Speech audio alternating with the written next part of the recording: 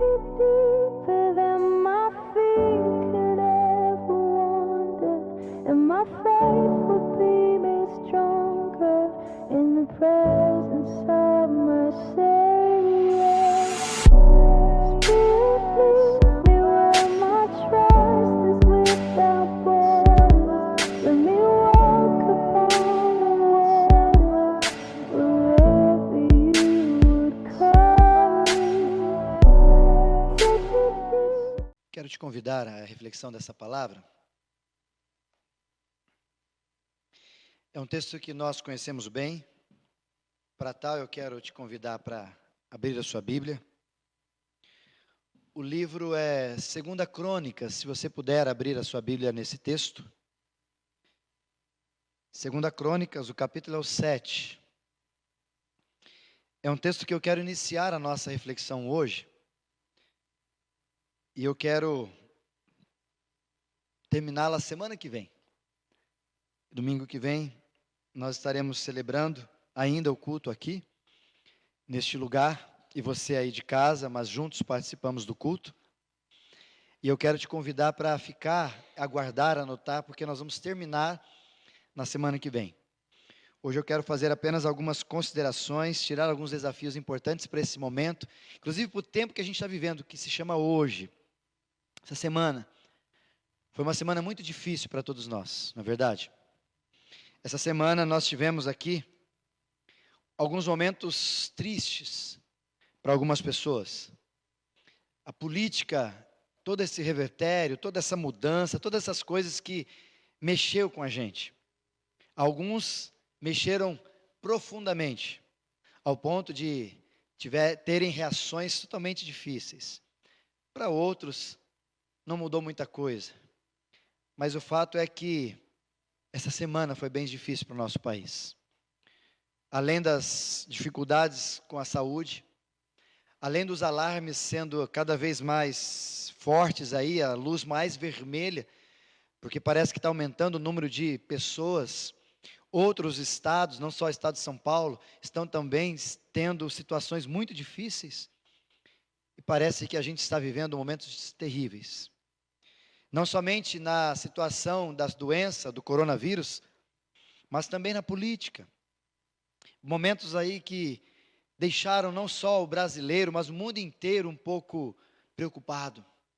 Não quero aqui me deter a que lado ou como falar, não, uma palavra ou lugar, não é para falar de política, mas eu quero só trazer para você pensar. Como você ficou, eu fiquei, me incomodou, me entristeceu, enfim, vários sentimentos nós tivemos nessa semana, a despeito do que está acontecendo.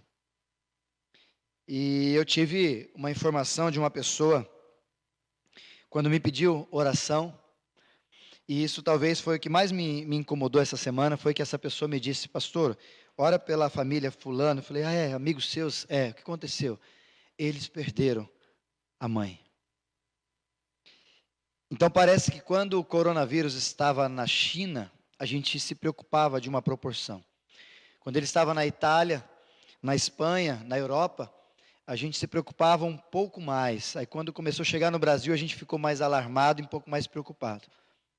Mas agora, quando ele está tendo o sobrenome da nossa família, a gente começa a olhar as coisas um pouco mais profundamente. Não é da minha família, não fiquem preocupados nesse sentido, mas é pessoa perto da gente, é amigos nossos de São Paulo que perderam entes queridos. E a gente tem que chorar a dor dos que choram.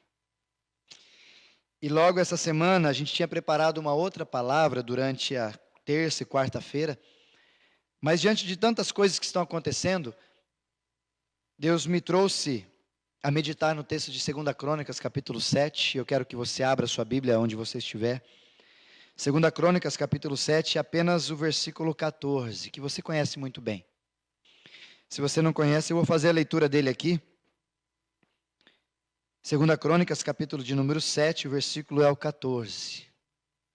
O texto diz assim: se o meu povo, que se chama pelo meu nome, se humilhar, orar, me buscar, se converter dos seus maus caminhos, então eu ouvirei dos céus, perdoarei os seus pecados e sararei a sua terra.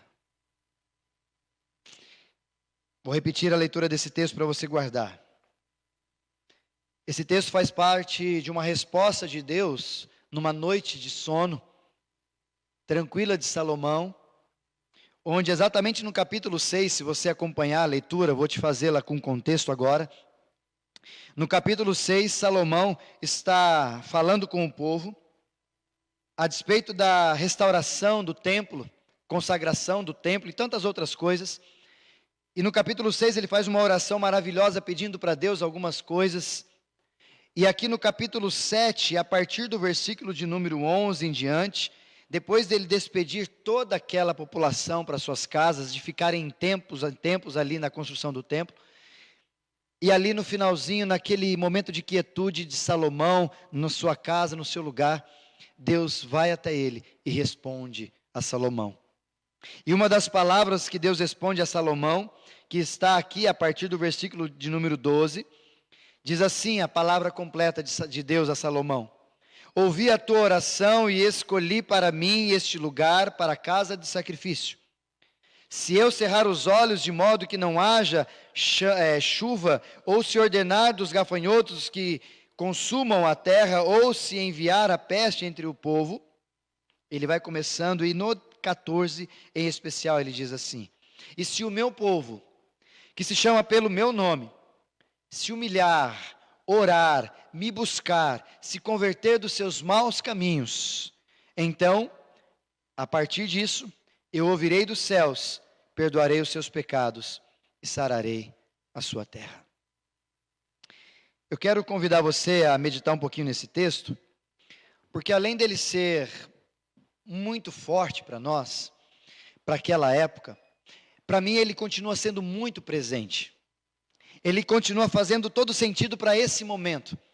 E eu quero ajustar você a essa assimilidade, para a gente tentar entender o que esse texto, o que Salomão, o que esse texto de 2 Crônicas, capítulo 7, versículo 14, tem a ver com a gente. E eu quero te convidar, vou só tirar o microfone para ficar mais livre aqui, para conversar com os irmãos. Me permita aqui, Marco, fazer isso, por favor. Esse texto da palavra, ele nos ajuda a entender algumas coisas, e eu gostaria de convidar você para essa meditação.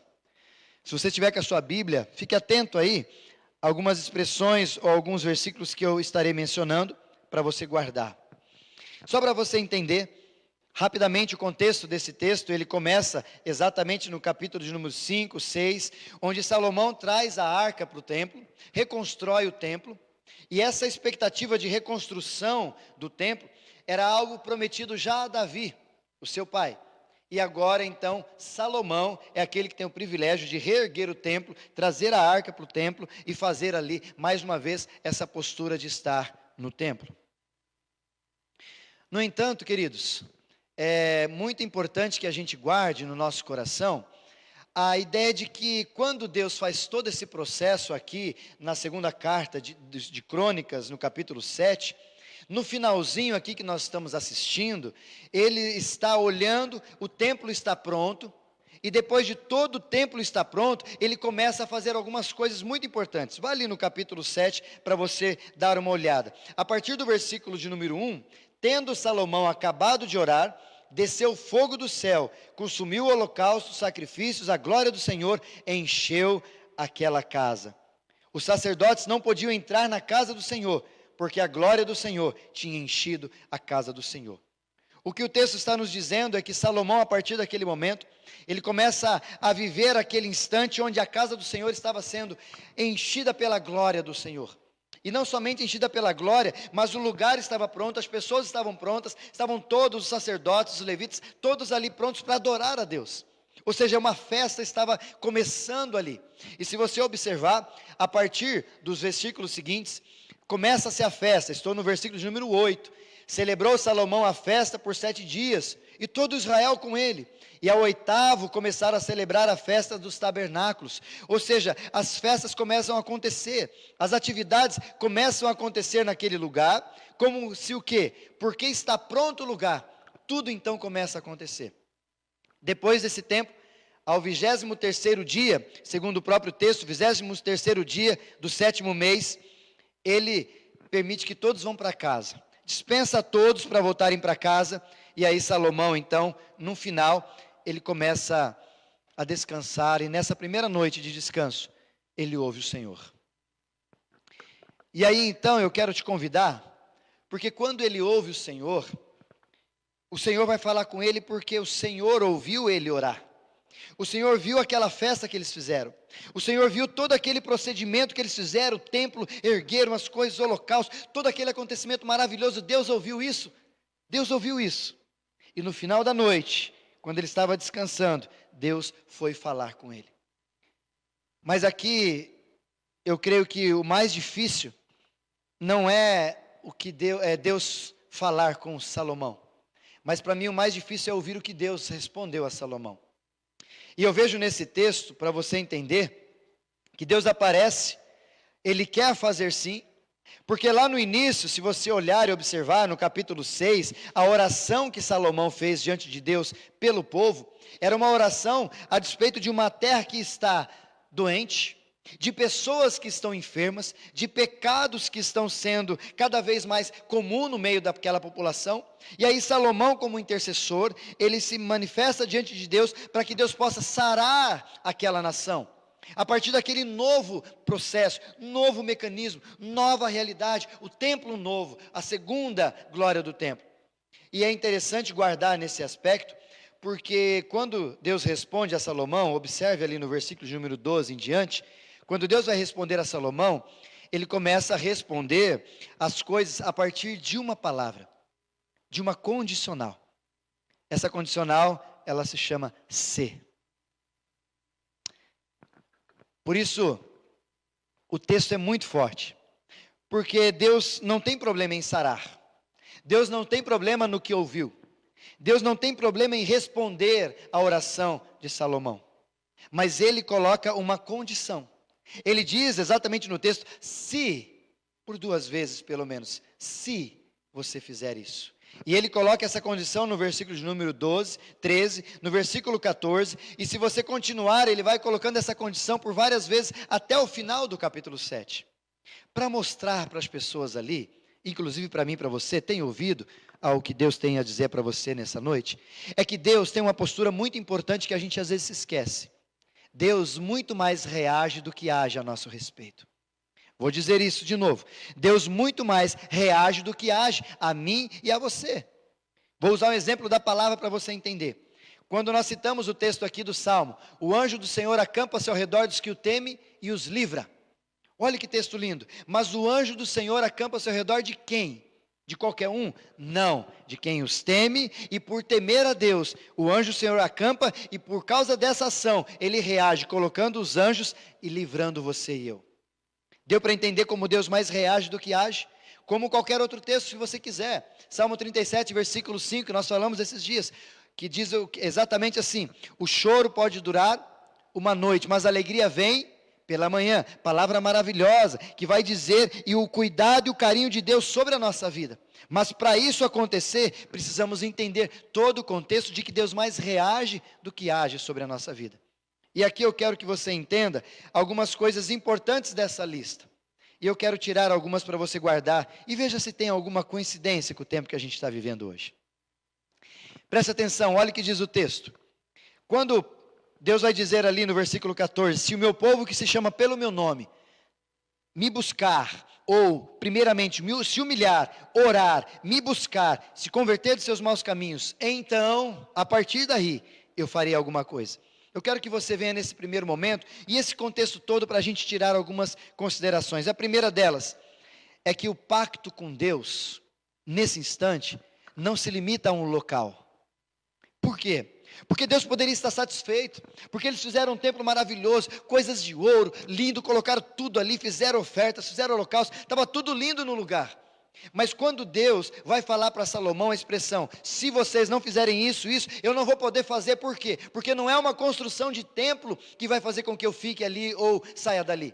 É a presença minha na vida de vocês que eu quero que vocês entendam. Então a primeira consideração que eu quero que você guarde é esse pacto com o povo e não com um lugar.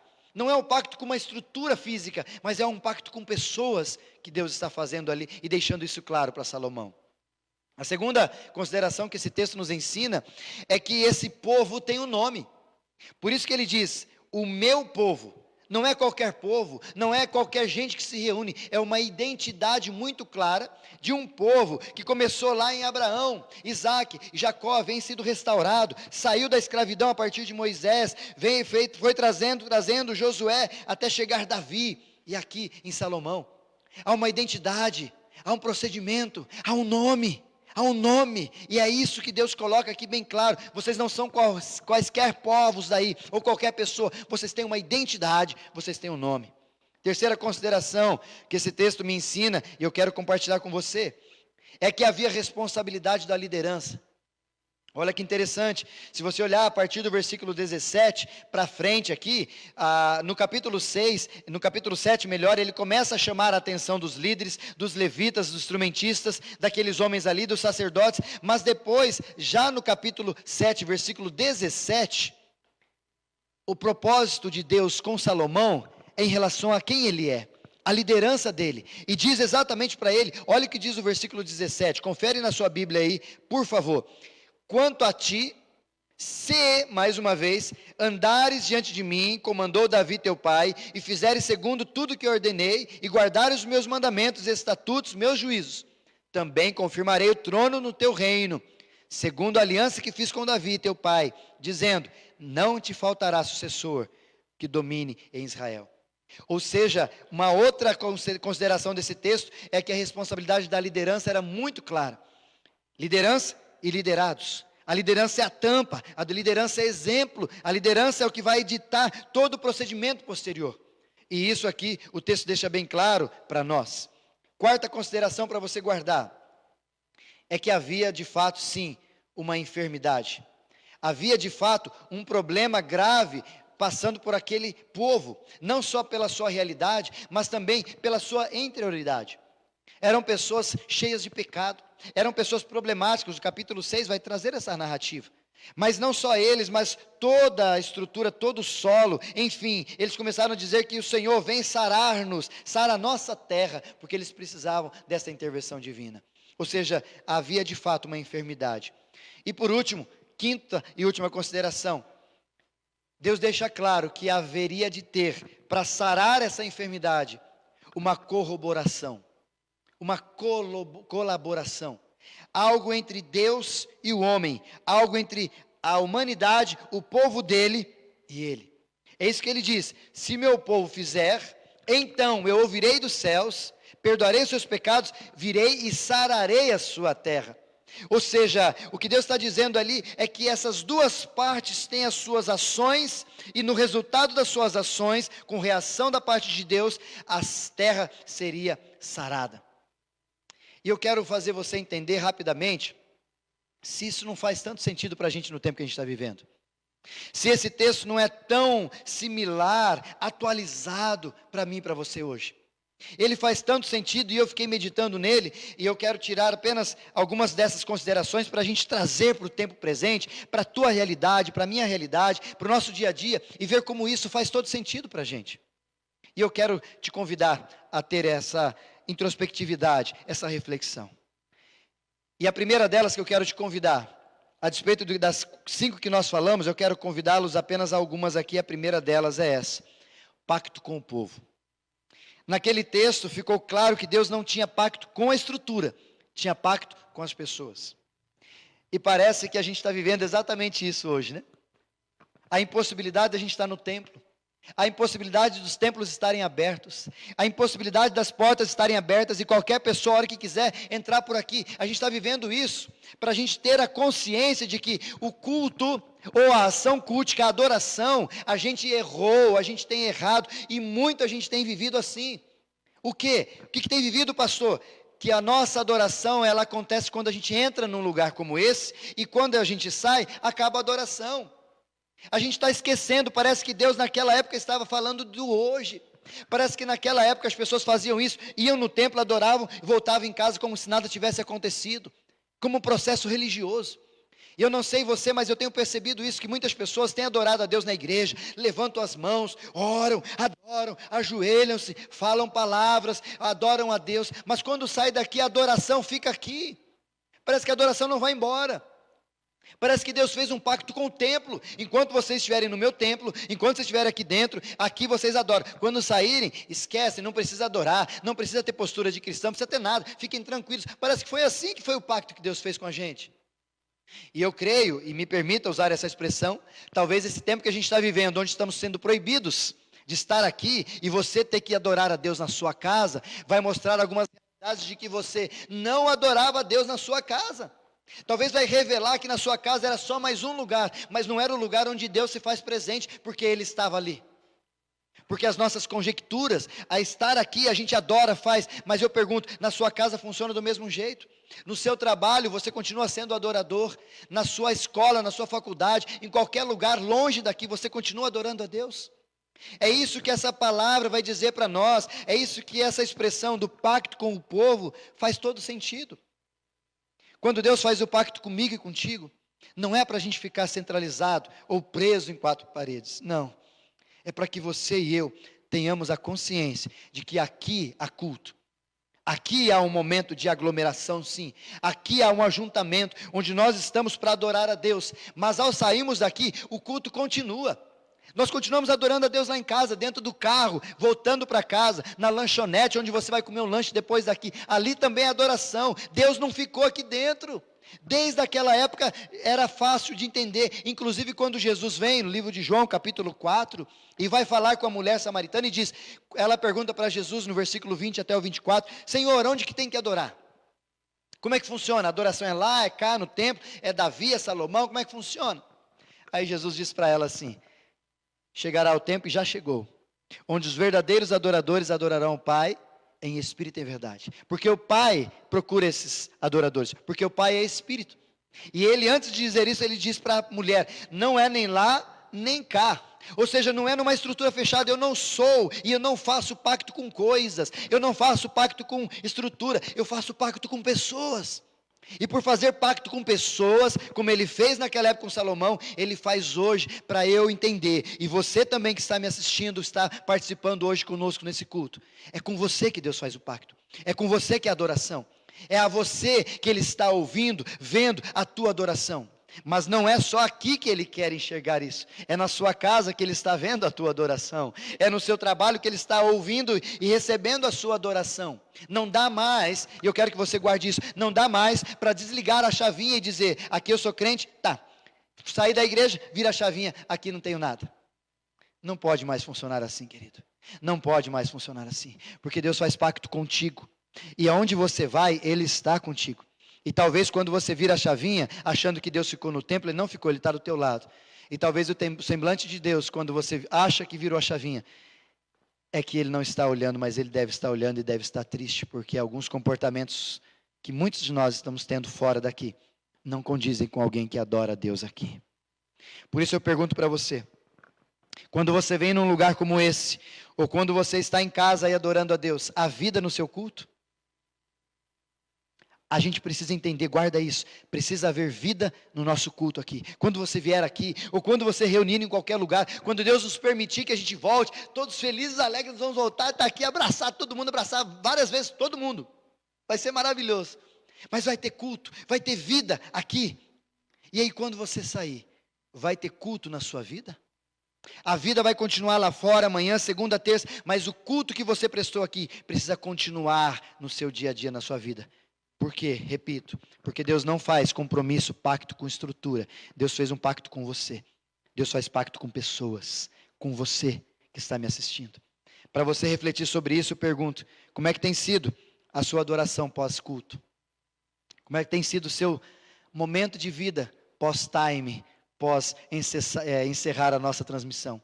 Como é que tem sido a sua vida depois daqui? A segunda que eu quero te desafiar é que há uma enfermidade. Diante de todas que a gente colocou aqui, eu creio que essa é uma que mais tem a ver com a gente. Parece que nós estamos enfermos, sim. Eu vi um desenho esses dias de alguém com o planeta Terra assim tal, e o planeta Terra estava doente, cheio de sangue. Parece que é assim que estamos vivendo a realidade. O planeta Terra está sofrendo, o planeta Terra está enfermo. Então, nada mais do que essa expressão para fazer parte da nossa oração: sara-nos, sara a nossa terra, porque nós estamos enfermos, a terra como um todo. Não sou só eu, não é o Brasil somente, não é só a América, a Europa, todos, a terra está chorando. E diante desse texto, esse fato de que a terra está enferma, eu quero trazer para você, a despeito do coronavírus, desse Covid-19, de que de fato as pessoas estão morrendo, pessoas estão perdendo seus empregos, pessoas estão em crise, todos os lugares, enfim, vários problemas e acontecimentos estão sendo acarretados a partir dessa enfermidade que nós estamos vivendo. Mas a grande questão dessa crise que nós estamos vivendo é aprender algumas coisas. Deixa eu te ensinar uma, pelo menos, nesse caso aqui. Você sabia que crise revela só quem nós somos? Há um provérbio árabe, melhor, que ele vai dizer que o chá, a água quente, não é a temperatura da água ou algo assim que vai determinar o chá. Ela simplesmente vai revelar aquilo que o chá já era por si. Quem vai dar sabor ou algo assim para o chá é a própria erva, é tudo ali que está sendo feito. E a crise com você e comigo é a mesma coisa. A crise só está revelando algumas coisas das quais internamente, de algum lugar, estava obscuro.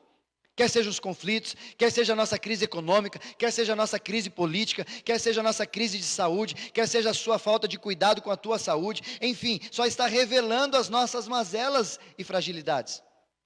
No entanto, mais uma consideração que eu quero que você guarde sobre isso, é que a gente precisa fazer uma constatação a respeito das nossas enfermidades atuais. Deixa eu coloquei aqui, eu quero fazer você pensar comigo. Primeiro, as nossas igrejas estão doentes. Porque a igreja deixou de ser igreja. A igreja está para fazer um monte de coisa, menos ser igreja. Menos ser sal da terra e luz do mundo. Nós somos estrutura, mas a gente não faz referência para ninguém. Se as nossas igrejas, muitas delas, me permitam usar nessa expressão, se elas saírem do lugar onde elas estão, ninguém vai sentir falta. Inclusive tem igreja que está dando trabalho para os outros, estão se incomodando. Ou seja, a igreja lá do antigo, quando dizia que contava com a simpatia de todo o povo, Atos 2, aqui a igreja, ninguém gosta. Por quê? Porque talvez a igreja, os membros, a liderança, nós estamos precisando ser sarados por Deus. Um outro ponto, a política. Não vou me estender nesse ponto, não é a ideia, mas a nossa política há muitos anos, creio que a vida de muita gente aqui que está assistindo já é doente, só corrupção, só corrupção. Já diz aquele ditado quando falavam, e eu ouvi brincadeiras sobre isso, me permitam usar essa expressão, que alguns países têm furacões, né? Nos Estados Unidos tem furacões, e o que vocês têm aqui de desgraça no Brasil? E muitos respondiam na hora, político, porque a gente está cansado, porque nós estamos cansados de verdade, entra outro, sai, e vai fazendo, parece que não muda nada, é tudo pensando em si mesmo, porque estão doentes sim, a política do nosso país é doente. E terceiro, que eu coloquei aqui, são as nossas famílias. Eu não sei se você sabe, mas é muito complicado a despeito das nossas famílias, porque cada 3 casamentos que estão se organizando no tempo de hoje, 1 está tendo divórcio.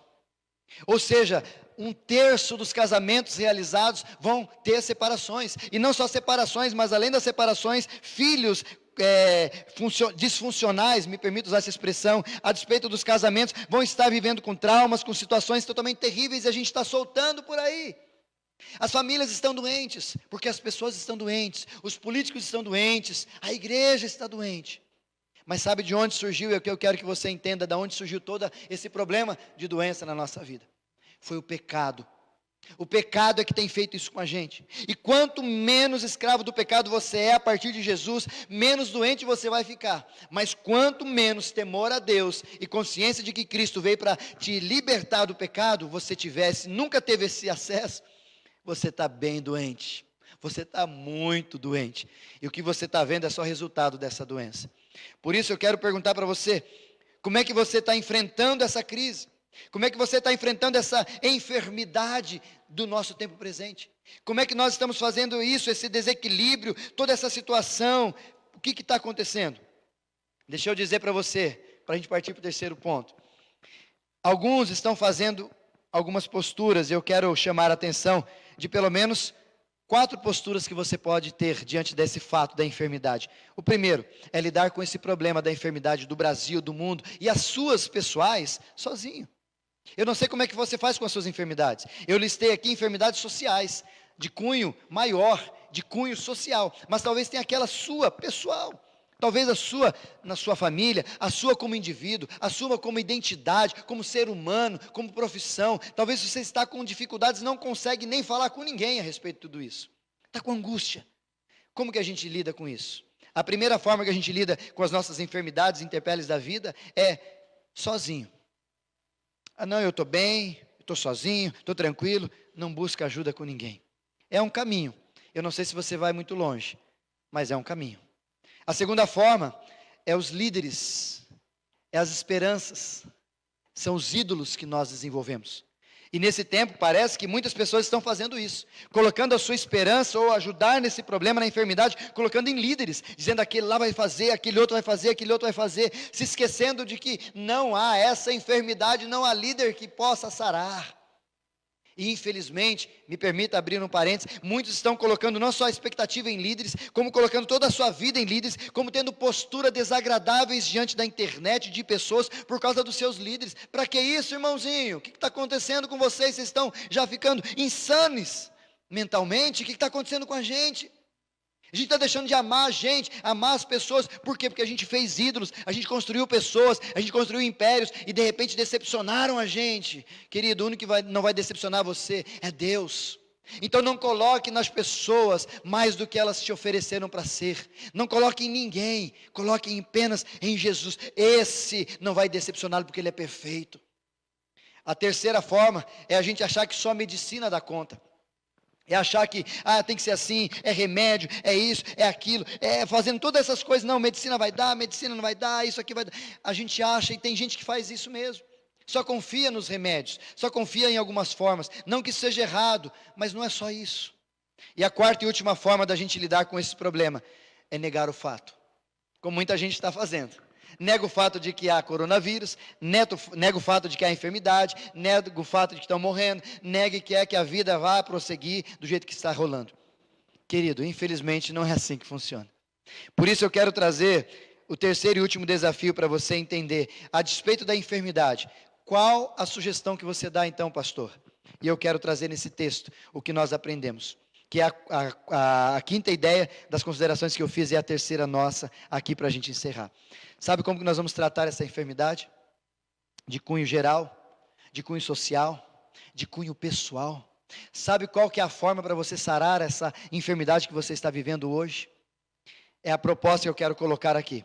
Só vai acontecer algo para sarar essa enfermidade quando você e Deus colaborarem para o processo.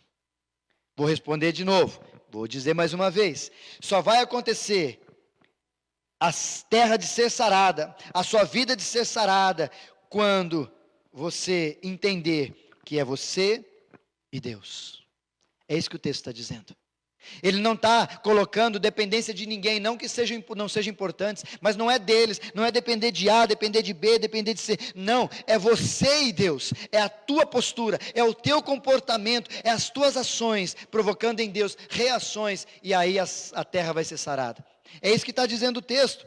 Venha comigo no texto quando ele diz que se o meu povo se humilhar, orar, me buscar e se converter, então eu ouvirei do céu e vou fazer essa terra ser sarada. O que Deus está dizendo para a gente, e aqui eu quero desafiar você de forma muito profunda, mas muito clara, querido.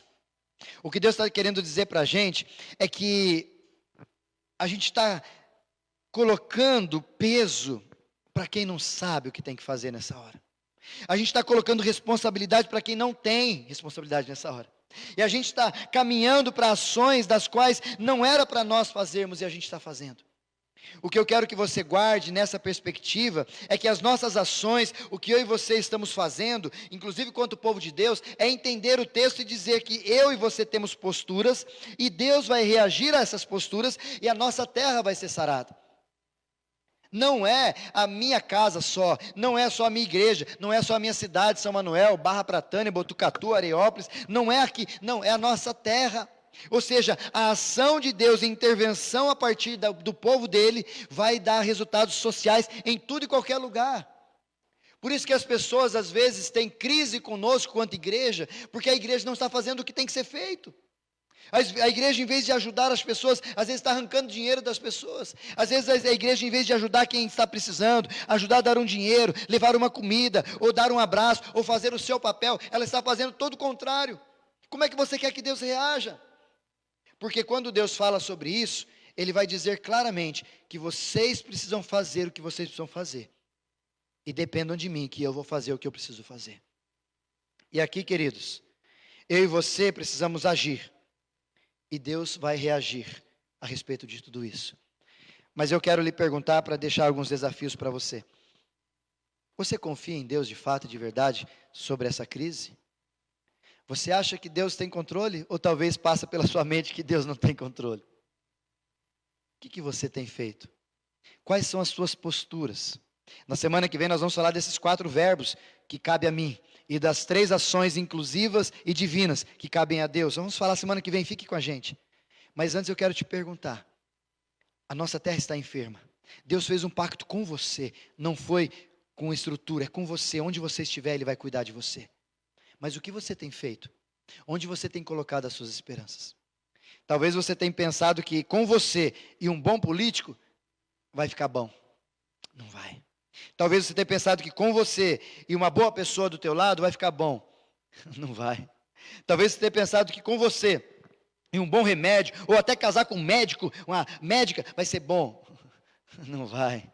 O que o texto está querendo dizer aqui é você e Deus. É você e Deus. O restante está aqui embaixo. A prioridade, a excelência, o nível é você e Deus. Confie, descanse. O restante, entregue e deixe Ele fazer. Jesus já dizia isso. Buscar em primeiro lugar, ou seja, na sua ação, tem a postura do quê? De me buscar. Em que lugar, Senhor? Em primeiro lugar. E as demais coisas serão o quê? Acrescentadas. É você e Deus. O restante está embaixo. Deixa eu deixar 3 desafios para você. O primeiro, você é povo de propriedade exclusiva de Deus. Deus fez um ajuntamento com você, uma aliança com você, um pacto com você. Não foi com essa estrutura, foi com você. Então, onde você estiver, você é povo de Deus. E o desafio que eu te faço, você tem vivido como povo de Deus? A sua ação, a sua postura diária é de alguém que vive como alguém que é um povo de Deus, que tem uma identidade? Está na hora de rever as nossas ações. O segundo desafio que eu quero lhe deixar, diante dessa pandemia que estamos vivendo, desse fato, dessa enfermidade real, verdadeira, eu quero deixar 2, tenha responsabilidade. Cuidado com essas palavras de crise. Deus está no controle de tudo e então eu vou fazer o que eu quiser. Cuidado, não fique tentando que você vai estar agindo sem responsabilidade. Não é tão simples assim. Então tenha responsabilidade, mas também tenha empatia diante das pessoas que estão sofrendo. Por exemplo, o que eu ouvi essa semana, uma pessoa dizendo, por não sei o que esse pessoal fica fazendo na rua aí, correndo para lá e para cá. Aí eu fiz uma simples pergunta para ela. Você vai ter decréscimo no seu salário? Não. Você sabe se aquela pessoa que está na rua, talvez ela não tem mais nenhum pão em casa para comer e ela tem que sair, passar risco para levar comida para os filhos dela, você sabe que talvez possa ser essa a verdade? Não tinha pensado nisso. Então tenha empatia. Talvez para você o conforto da sua casa não é tão ruim, mas para as pessoas ficarem em casa e ver os filhos não terem alimento, não é tão aceitável assim, por isso que eles saem. Tenha empatia e generosidade. E terceiro e por último, confie e colabore com Deus acima de tudo. Exatamente isso. Confie e colabore com Deus. Ele acima de tudo e mais ninguém. Pare, meu irmão, de colocar pessoas no lugar onde elas não foram feitas para serem colocadas. Para de ficar discutindo política, essas coisas. Cuidado, irmão, cuidado. E aqui eu quero fazer um desafio muito importante para você. Você que talvez está frustrado assim como eu. Frustrado com tudo que está acontecendo. Das doenças, da política, do Brasil. Sabe o que eu estou fazendo mais? E eu falei com a minha esposa essa semana, ela viu, eu falei que eu estava decepcionado com muita coisa. E uma pessoa me perguntou, e ela também, o que você vai fazer? Eu falei, eu vou orar mais. É isso que o povo de Deus tem que fazer diante dessa crise. Não é falar mais, não é brigar mais, é dobrar mais os joelhos. Porque a palavra mesmo de Deus, ela diz que nós devemos orar pelos nossos governantes. Antes de você fazer qualquer crítica, eu imagino que todas as suas críticas estão cada vez menores do que o seu tempo de oração por eles. Isso é verdade ou não? Se talvez você tenha orado menos e falado mais deles ou falado para eles, talvez você tenha feito o que a Bíblia não manda fazer. A Bíblia manda orar pelas vossas lideranças, pelas autoridades. Por isso, povo de Deus, eu te chamo aqui. Dobre os seus joelhos, ore. Fique em silêncio talvez. Se não sabe o que falar ou não tem o que falar, e silencie e vá para o teu quarto secreto e ore. Entregue, fala: Senhor, está difícil, mas com o Senhor, as nossas posturas, o Senhor vai reagir a nós e as nossas ações, tudo em nós vai ser sarado. Por isso eu quero te convidar. Que tal a gente pensar assim? Que tal eu e você vivemos dessa forma? Que tal olharmos para o texto 2 Crônicas, capítulo 7, versículo 14, e entender que Deus quer fazer, Deus quer sarar. Mas que talvez eu e você precisamos ter algumas posturas que nós não estamos tendo nesse tempo. Inclusive nesse momento de crise. Deus quer sarar a tua família, mas você precisa ter postura. Deus quer sarar as suas emoções, mas você precisa ter postura. Deus quer sarar a sua realidade financeira, mas você precisa ter postura. Deus quer sarar você, Deus quer sarar você e usando você sarado, usar você para sarar o seu ambiente, o seu trabalho, a sua empresa, tudo onde você estiver, inclusive a sua igreja. Mas que postura você vai ter diante disso? Por isso, queridos, guarde no teu coração. Deus quer fazer, Deus pode, Deus vai, mas Ele vai reagir. Que tipo de postura eu e você vamos ter? Por isso pense nisso, nunca se esqueça, tenha postura de cristão, tenha empatia de cristão, mas confie somente em Deus. A gente tem um Salvador, nós temos uma esperança, é Jesus de Nazaré. É nele que nós colocamos toda a nossa esperança. E a partir dele oramos por todos, para que Deus possa nos dar sabedoria para que vivemos num mundo melhor e num país melhor.